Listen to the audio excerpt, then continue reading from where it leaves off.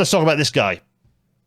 You might know something about this guy. You often find yourself talking about things that this guy's been up to. Mr. Burnham. Mr. Burnham.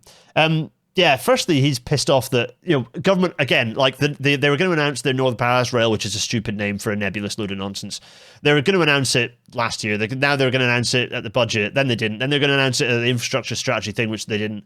And then they've said they're not going to do it. So that's great. And that's why Burnham's getting pissy again, looking stylish in his little T-shirt and suit.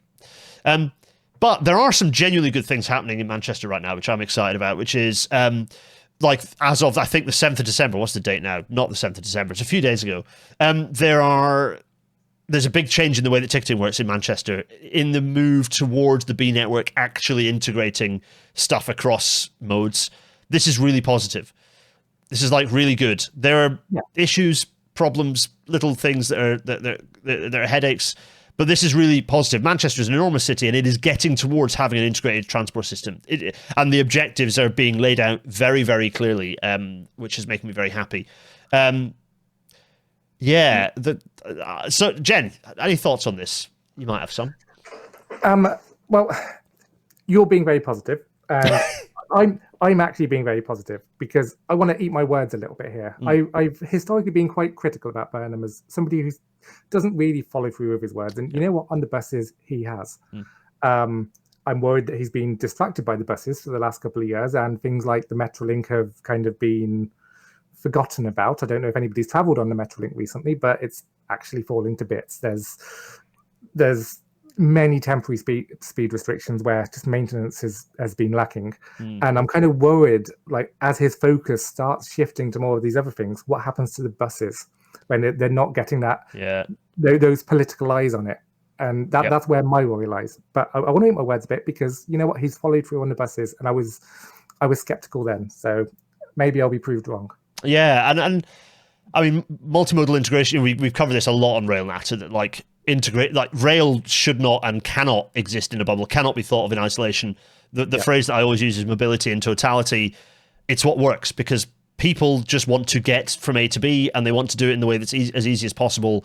And ideally that wouldn't be the car. And ideally it will be, and you do this in London, like people just don't even think about it in London because you have such frequencies that you don't need to think about it. You just go on Google Maps, you go, or whatever your preferred thing is, and you go, oh, I need to get there. It says get that bus and then change into the tube there, and then I'm there.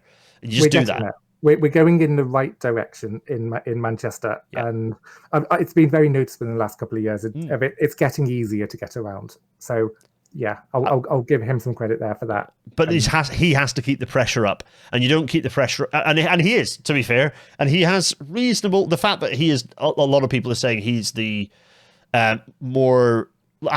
Funnily enough, I have to use the word moderate challenger because Keir Starmer is so right wing. He is the more moderate challenger for PM when Starmer is pushed over onto his sword after the local elections in May, which is going to be fun. Don't get me wrong, but Burnham is one of the people who they're suggesting. The trouble with Burnham disappearing off, or even just being politically distracted, is exactly as you point out, Jen, is if he loses focus on Manchester. And I'd rather he focused on, I think he'd have a much more positive long-term legacy of being the guy who made transport really good in Manchester than if he decided to start having his PM aspirations again. So, I would like to keep him in Manchester. Yeah.